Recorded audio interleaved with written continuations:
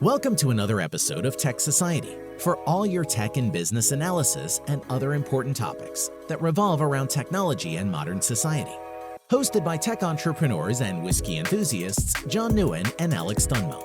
And before we get into the episode, do you have a great idea for a software platform or service that could make the world a better place? Then come see Ninja Software and be amazed by how ideas are transformed from prototypes to actual products.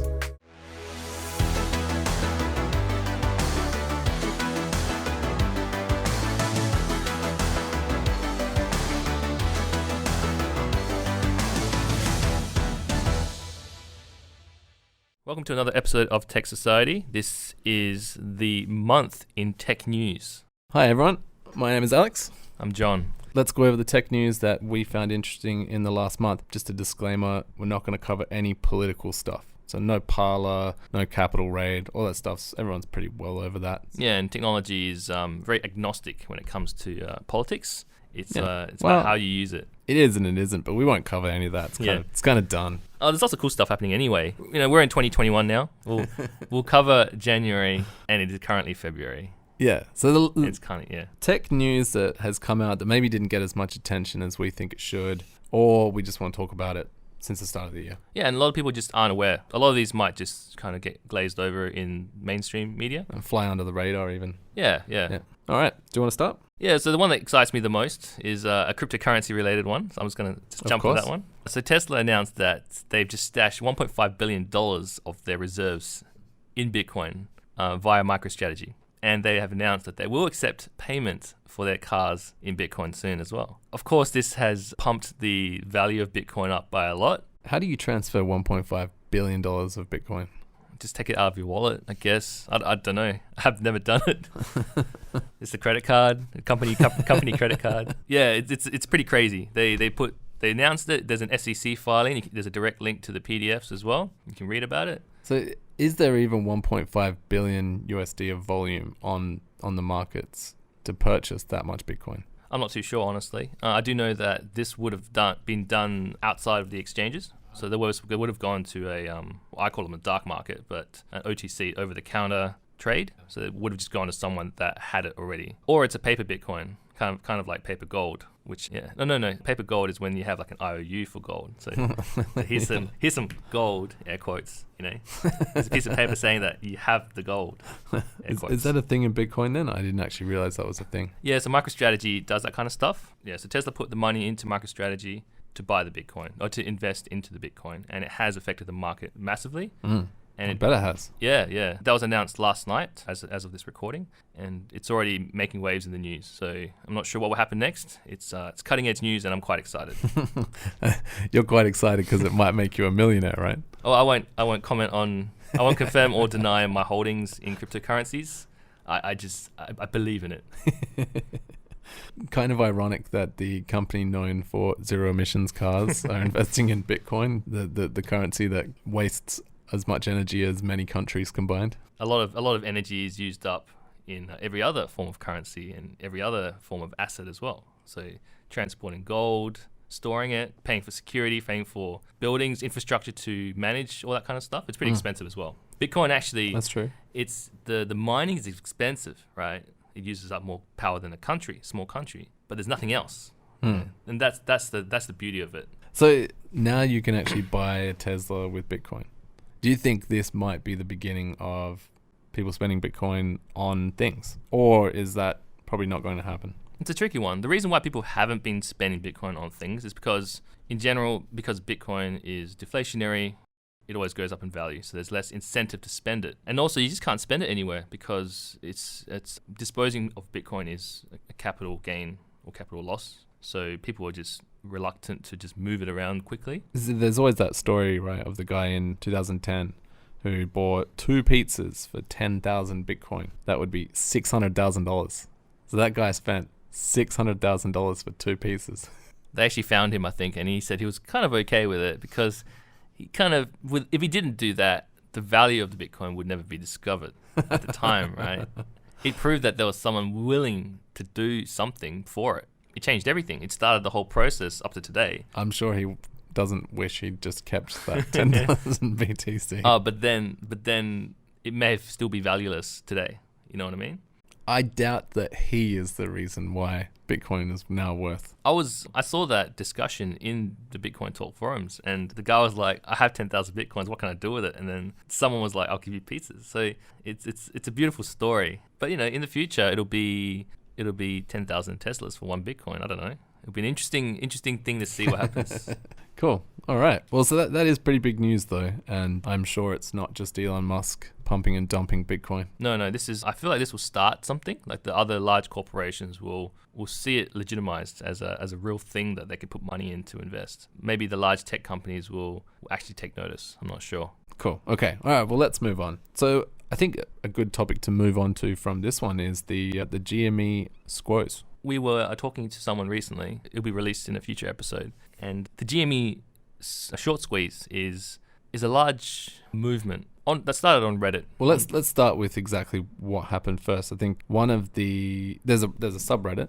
Anyone over the age of 35 who doesn't know what Reddit is, it's like a collection of forums. And there was one of these guys on one of these subreddits called Wall Street Bets, which is essentially where people post about the stocks they've taken a bet on, and usually a loss. Their loss, yeah.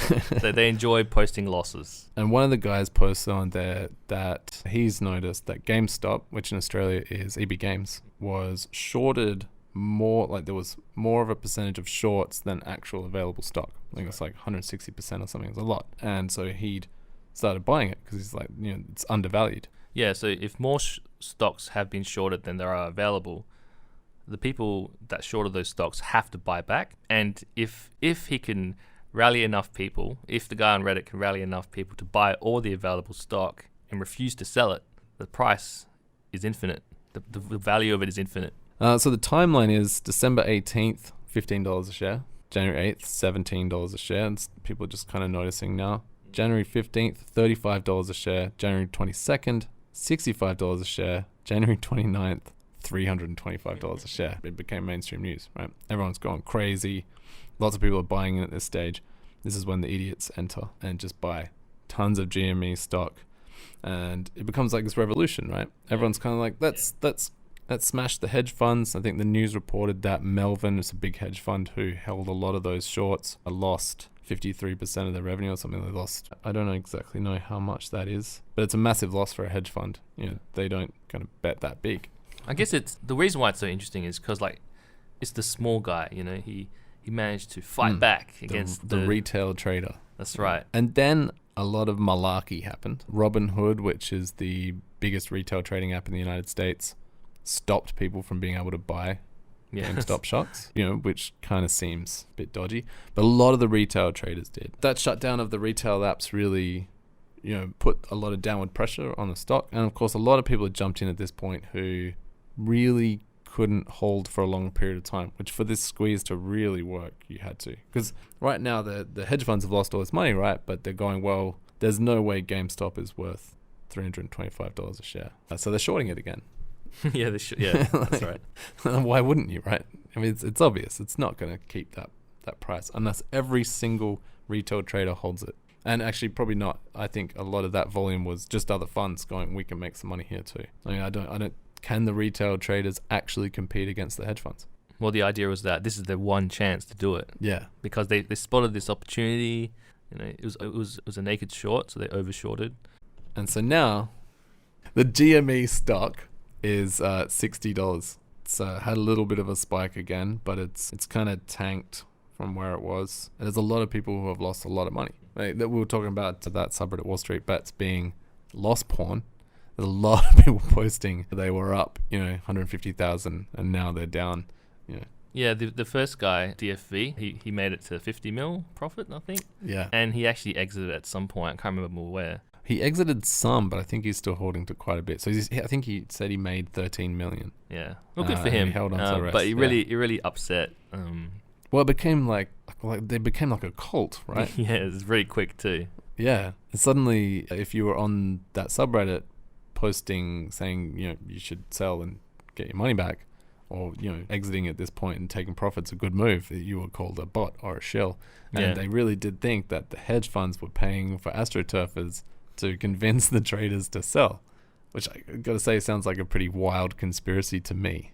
But I guess there's a lot of money involved, so it could be the case. Oh, they just become a bit irrational. A lot of people would have put their life savings in it. Yeah. Well, I think they're called the Bag Holders Club, right? And it's the people who are left holding the bag after a pump and dump, which is what this is. Well, there's like the whole diamond hands thing where they want everyone to have diamond hands, meaning they don't sell what they have. However, when the weak hands start selling, people start realizing that they've kind of painted themselves into a corner. And if they sold their stock, it means they've lost. It means they were wrong, and some people can't stomach that. And once the momentum starts to move, even the so-called diamond hands people are going, oof. Yeah, that's right. Should I sell? Because it kind of relies on the entire community to work together as a unit, but you can't control the rabble. It's just like millions of people on there now? Like 8 million subscribers? Yeah, it went from 1.2 million, I think it was, to 8 million people. Yeah, massive change. You can't control such a large group of decentralized minds, which is why the hedge funds do so well, because they're unified.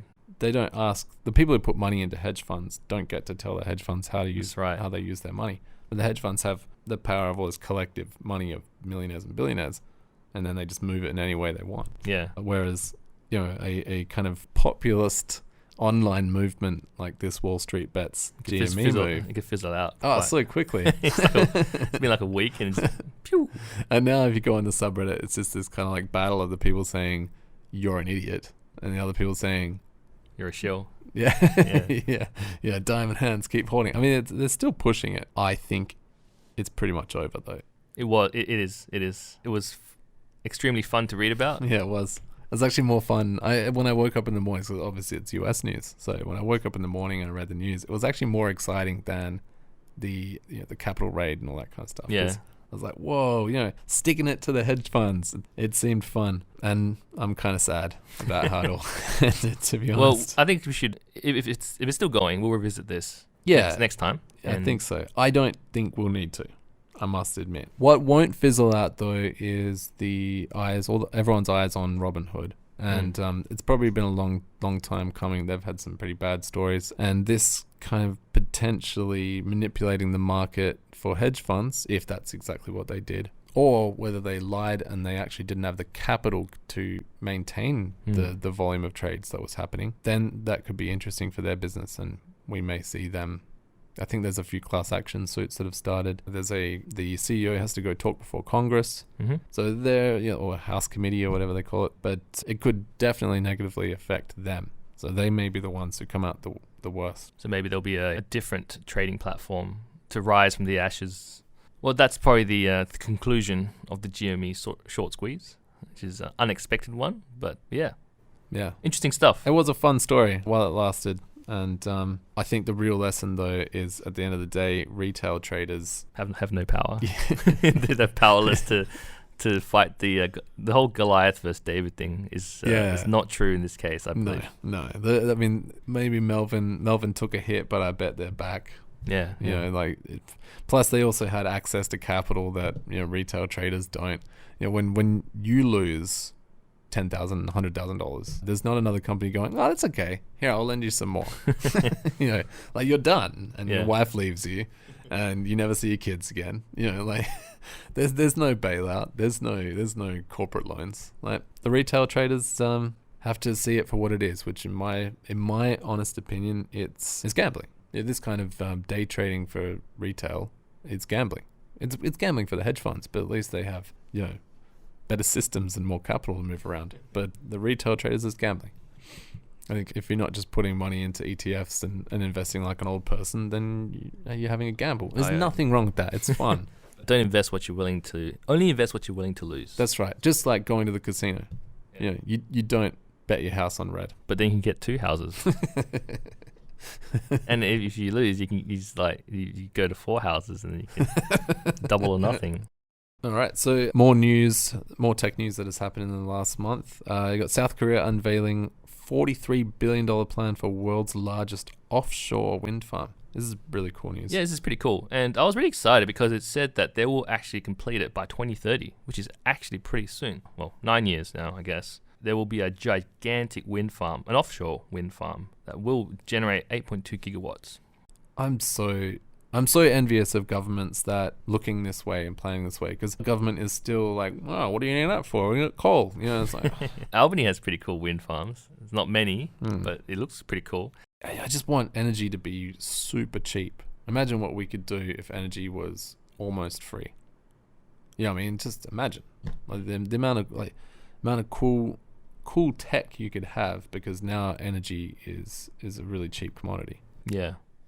This is probably the world's largest offshore wind farm to date, and I just think this is a good start for the whole world to see what's possible. I'm really excited about this one. So it'll produce 8.2 gigawatts, which is the energy produced by 6 nuclear reactors. Yeah. That's crazy. It's pretty impressive. Yeah. All right, next one. So you were telling me, Alex, the other day, we're suffering a chip shortage. I believe they're calling it Chipageddon. Chipageddon. Now, when I hear chips, I think of something else.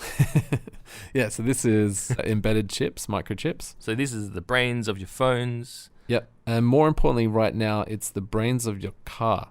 So due to the pandemic, there's a computer chip shortage that is slamming automakers, but this is about to move into other fields as well. So, smartphones, any kind of, like small chip, any tech that uses small chips will be affected. So I guess the reason for this is the pandemic, right? Yeah, that accelerated it. It disrupted the supply chain, as we all know. We all experienced that. I guess the demand for chips from car manufacturers and phone manufacturers so dropped. All car companies essentially use microchips to power the tech in their cars. That's from anything from actually inside the engine itself to the seat moving and everything. The Bluetooth system, like everything is run by chips. And so when the pandemic started, the auto manufacturers cut their orders because they assumed that no one wants to buy cars in a pandemic. The demand did drop for cars at the start of the pandemic. Now that we're a year deep into it, the demand for cars is actually higher than ever. Probably because people don't want to go on public transport now. So this consumer demand spiked, but there's the chip manufacturers, because of the cut in orders before, have moved, changed their fabs to build tech for other things, because there was, right at the very start of the pandemic, there was a surge in consumer technology, laptops, smartphones, pretty much everything you needed to work from home, right? So now there's not enough supply to meet all this demand, and we haven't seen the effects in the economy yet. It's just to say, but it's coming. It's just a supply lag, right? So in 6 months, maybe. So it takes like a year to Okay. get a chip fabrication going. Like just to actually build the thing, and then you have to do all the tooling, and then it takes several runs to actually get, like the chips to actually get good enough to be sold. All right, that's pretty good. Yeah, I think that's the most interesting news in tech. Before we continue this podcast, here's a message from our sponsor. We believe that you can create art and beauty with technology. We think big. We move quietly. We are Ninja Software.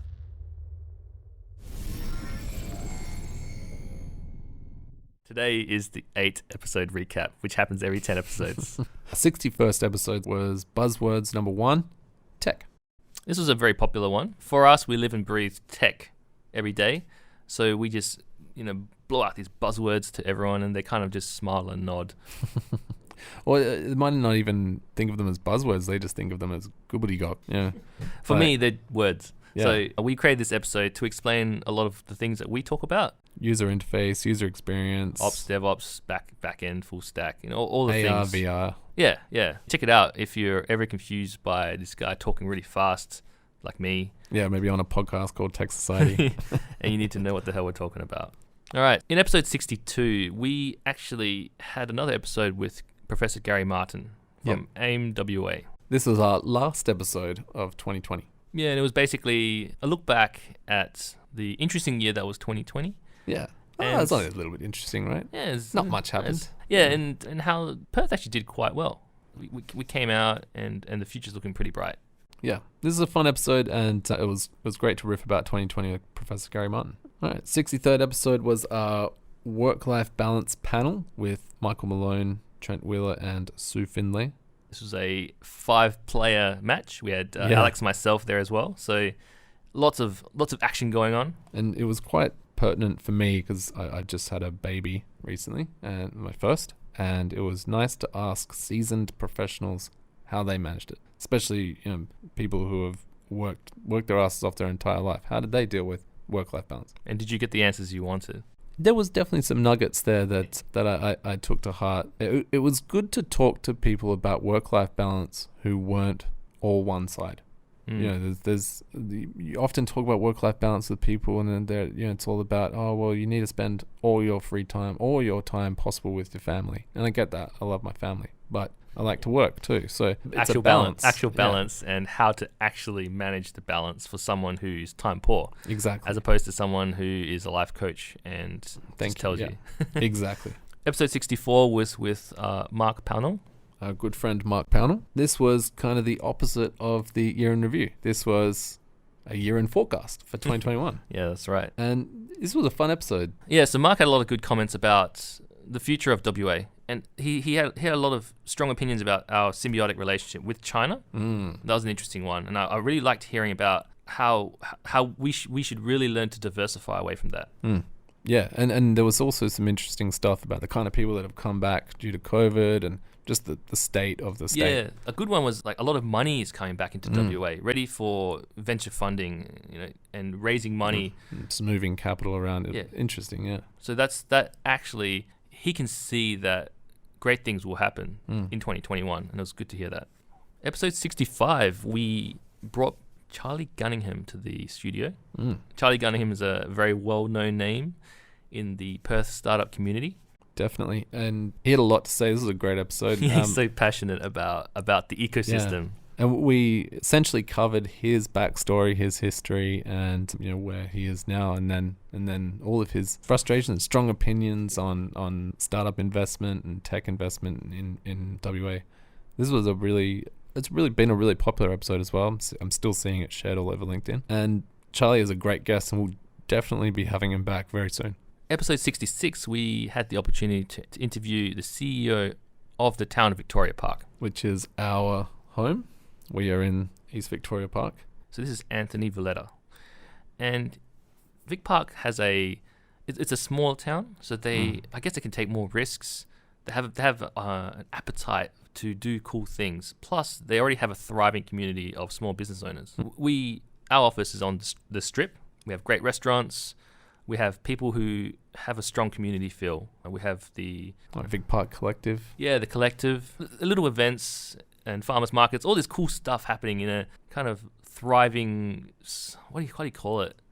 Like a village feel, Yeah, fellow village. Vic Park does have that feel. I love Vic Park. And moving to Vic Park was, I think, one of the best things we ever did.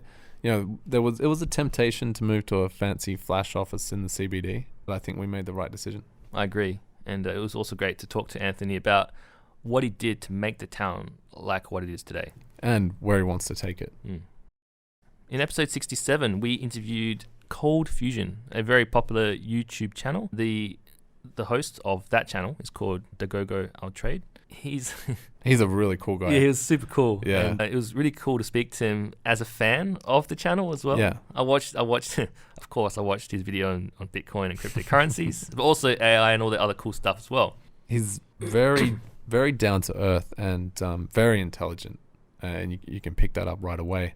And his videos explaining things and how popular he is, I think it's kind of like what I imagined the internet would be like when I was 15. Yeah. I didn't think it would be TikTokers, famous TikTokers and alt-right, alt-right propagandists. I thought it would be sharing knowledge and information. And the Cold Fusion channel on YouTube is that. And Dagogo is the personification of that. Well, the amazing thing is that he doesn't care about his own fame. He cares about knowledge. And you don't see, he's not on his videos, you don't see his face. He's not an influencer. He just creates great content. Yeah. He keeps pushing that whole content is king thing. It's not about what he looks like or how he speaks. It's about how he manages to present information to the world. And there's no tricks in his videos. Yeah. There's no like quick cuts and hooks or clickbaity titles. Like he's presenting knowledge in a factual, well-researched way that I don't think there's many people actually doing. Even the other successful YouTube channels that are doing knowledge sharing usually use like fast food knowledge. Yeah. Like top 10 lists and 3-minute videos. Exactly. Cold Fusion videos are quite long. Yeah. And if you actually watch one, if you actually sit down and just play it, the 20 or 30-minute episode actually goes quite well. You don't get bored. No. It's paced well. There's no wastage. It's a good channel to check out if you haven't already. It's kind of like going to a Wikipedia page and then clicking on all the references and reading all the references. Yeah, but you only have to watch listen to a 30-minute video. So I highly recommend it. Yeah, it's like he does his research for you. Exactly. As you would anyway. And you trust him because he isn't biased and he is objective. Yeah. We're big fans of Cold Fusion, and when we found out that he was in Perth, we knew we had to get him on Tech Society. Episode 68 was Buzzwords number 2. The popularity of the first one prompted us to talk about other things we do. So we do write programs, we code at night, but by day we run a business. And we obviously are very symbiotic with the startup community because we build apps and software. So this one we covered all of the tech business buzzwords, startup business buzzwords that we have to deal with on an almost daily basis. Some good ones in there like MVP and NDA and digital nomad. What's a unicorn?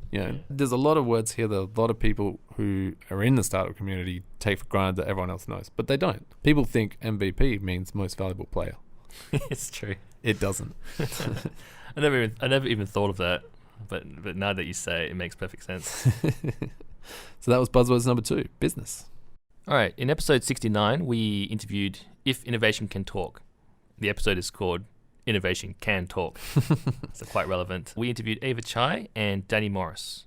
They had a great story where they kind of built this community on LinkedIn, and they had the opportunity. So they kind of run kind of like Tech Society. So they interview people that not necessarily in tech, but just do cool things in the startup space. Or not just startup, just innovative people, and it can be anywhere, anyone from the creator of a massive online website like Rotten Tomatoes, or people in the arts. So they really cover. Well, their mission is to give people who are innovative and doing amazing things a voice, and they've created quite a big following on LinkedIn.